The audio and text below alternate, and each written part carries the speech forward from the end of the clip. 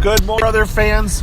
It is Saturday, February 17th, and we have a new head of household, which you probably know.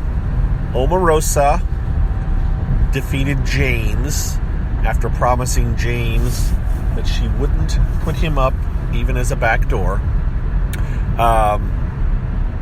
James later said that he's intentionally, coming close but not winning to try to keep the target off of him. I don't know how well it's working. It's not like, he made a deal at the end, so it's not like people said, well, she would have beat James. James is claiming she would have, but that's kind of those one-off, yeah, if you really wanted it, you probably could have done it. But I don't know who Omarosa is going to put up. She's got several targets. She wants to break up the couples, and I guess at least on one place I read that she considers Mark and James kind of a couple. Marissa and Ross, Brandy and Rachel, or was it Mark and Meta? Maybe it's Mark and Meta. But anyway, she considers definitely Ross and Marissa and Brandy and Ari. Although Ari is not very happy with Brandy at the moment because Brandy told Ari, Brandy at least told Ari that she was the oddball vote. Ari since went on and told everybody else pretty much. Not everybody else, but she told Ross, and she told Meta, and she told Marissa, and Ross told Mark, which Marissa had kind of indicated to Mark that maybe she was that she knew, that Marissa knew who the vote was. So, yeah, it'll get around. It may not have made it around to Omarosa yet, but it probably will before the end that Brandy was the wild vote. Brandy even asked Meta to claim it was him. Brandy claims it was a sympathy vote. It may have in part been a sympathy vote. I can almost understand that. I don't. It's interesting that these house guests don't seem to realize that everything they do is going to get out, going to get back to the other people. It's not, they always say, when you get out, watch the tapes. And that's what they say when people are going to the jury, knowing that, well, even if they watch the tapes, it'll be after the game, so it doesn't matter. But in this case, they'll know. Like, Marissa was pretty much laying the seeds with people that someone had been hiding some of her stuff. And we have what appears to be evidence that Marissa was hiding her own stuff and then claimed that it appeared last night after Shannon had been evicted. She isn't saying Shannon did it, but she's pretty much implying that she did. Which to me is fairly shady, since everyone's going to know in the end that she's making it up. And trust me, the fans are going to make a point to call her out on it. So, some of these things that are going on, these people are going to come out. Marissa's not currying favor with the fan base for what appears to be throwing shade towards Shannon's game. Especially when she points it out to Omarosa, and Omarosa says, crazy lady? Like accusing, Shannon of being crazy. That's not nice in this game where people are going to get to see that stuff. So, Marissa's not, her popularity is waning, if there was any super popularity, just because she's kind of playing a dirty game in some ways.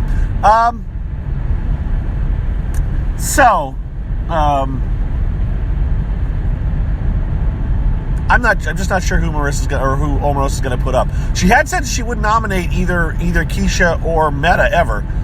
So I kind of would think that she wouldn't nominate Meta, because she said she wouldn't. But she's also kind of said she wants a woman to win. So would she nominate any woman? Even a woman that had maybe gone against her wishes, voted for Shannon, or voted for Mark.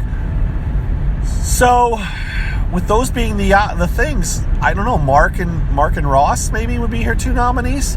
She nominates two men, not an African American man, and she doesn't nominate any woman, and she kind of goes after alliances. That's just a guess. I have no clue. We'll know more later today, with the power veto possibly being played live on Monday, but then it's going to be this vote thing. I'm not going to figure out the vote thing yet. I'll talk about that later. I'm almost to my destination, so let's just say I don't know if the vote, if the POV thing's really going to shake anything up, because two of the options it doesn't have to be played, and the third option it has to be played, but I'm not even sure that's that big of a deal. It's not like it's the person going to look, they voted, I have to use it. And it's not like we're picking who gets to play it, so it's not going to go, oh, look, America likes this person, we need to get rid of them. So I'm just not sure how big of an impact that this POV thing will end up having. But it's fun to talk about, I guess, for the weekend. So there's the, I'll say it real quick, there's the VIP, the first one is the Diamond Power Veto. The Power Veto user gets to pick the replacement. That's fairly powerful, actually. You can certainly swing a target a completely different direction. Then there's this VIP veto that they're calling, that you can use it to save one person, two people, or no people. If you use it to save two people, you wait until after the first replacement has been made, and then you announce you're going to use it for another person, and you can save, I guess maybe the person, if Omarosa puts up like James, let's just say as a name to put up, that she could turn around and say, you know what, I'm saving James. The person can say, I'm saving James too. So the same, she or he could leave one person up there for two different things and save two different people. It's interesting. That definitely would cause some problems and cause some, you're just burning bridges with people, or you're making people happy by saving them. And then the last one is the spotlight one, which is what everybody seems to want, or the majority of the people seem to be voting that's what they want to use, which all that is you have to use the power veto. The person has to use it. They don't have a choice. Okay. I guess if Omarosa, wins it, then she has to take someone down. And she goes, sorry guys, I have to change my nominations. I'm going to put X up because you're a pawn. That would be the fix, or the solution, or the answer. I didn't have any choice, had to do it. So that's what I have, and I'm at my destination.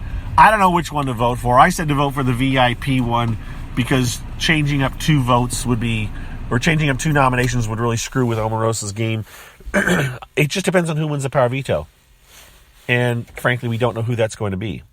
So, it's hard saying. But the voting goes through Monday at noon. You can vote 20 times a day on the voting page. You can go to vote.bigbrotherlivefeeds.com. I made a direct link to it to vote. You have to have CBS All Access. I don't know if you have to have CBS All Access to use the bot. I'm thinking you don't.